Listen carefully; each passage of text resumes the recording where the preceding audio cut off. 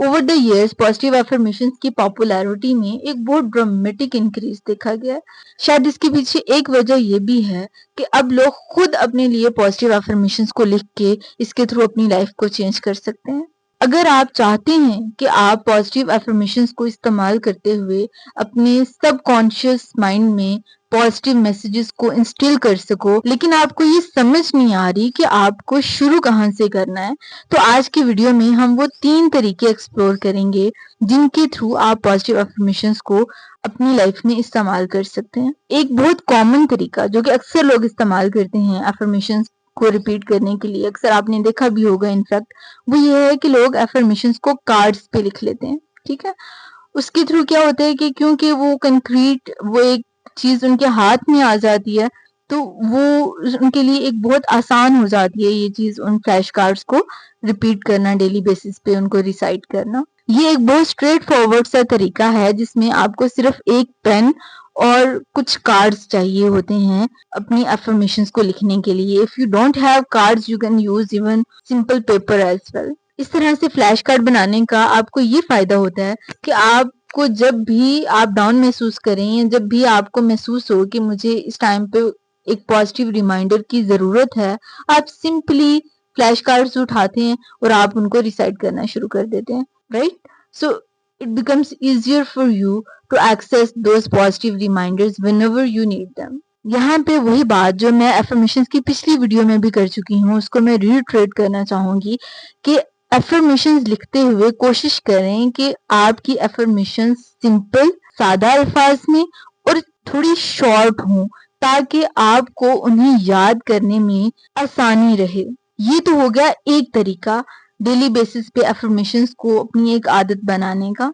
इसके अलावा आप पोस्टर्स बाय कर सकते हैं जो कि पॉजिटिव एफर्मेशंस पे बेस करते हैं। अगर आप इट्सी पे जाते हैं तो आपको बहुत डिफरेंट तरह के डिजिटल फाइल्स पे बेस्ड कुछ पोस्टर्स मिल जाते हैं, या और कहीं भी आप सिंपली गूगल करेंगे तो आपको डिफरेंट इमेजेस मिल जाएंगे। उनका आप कोशिश करें कि आप प्रिंट निकाल के उन्हें जिस जगह पे आप ज्यादा टाइम स्पेंड करते हैं, आपकी स्टडी स्पेस है, आप जहाँ पे ज्यादा बैठते उठते हो, वहां पे उन्हें कहीं दीवार पे अपने सामने लगा दें ताकि आपकी उन पे एफर्टलेसली आप उनको एक्सेस कर पाओ। स्टिकर्स मिल जाते हैं कुछ जो कि आप यूज कर सकते हैं अपनी डिफरेंट बुक्स आपकी, या कंप्यूटर यूज करते हैं तो कंप्यूटर के ऊपर डिफरेंट जहाँ पे भी आपको लगता है कि आप ज्यादा जिस चीज को आप इस्तेमाल करते हो आप उनके ऊपर लगा सकते हो। वाटर बॉटल है आपकी, what ever it is.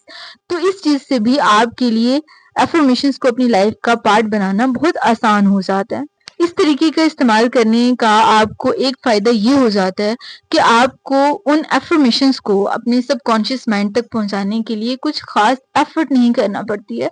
Unlike the flash card method जो कि हमने अभी थोड़ी देर पहले डिस्कस किया, जहां पे आपको कॉन्शियसली ये डिसाइड करना होता है कि अभी मुझे एक पॉजिटिव रिमाइंडर की जरूरत है, अभी मुझे अपने फ्लैश कार्ड्स को फ्लिप करने की जरूरत है। वहां पे आपको एक कॉन्शियस डिसीजन लेना पड़ता है।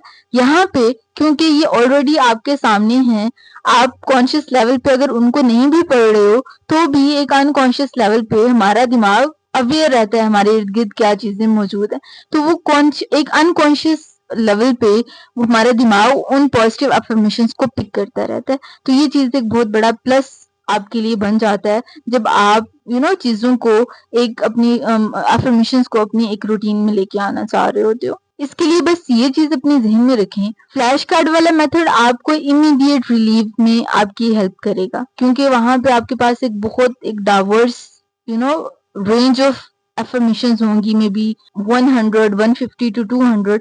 तो वो एक रेंज ऑफ एफर्मेशंस हैं आपके सामने जिनको आप रिसाइट कर सकते हो।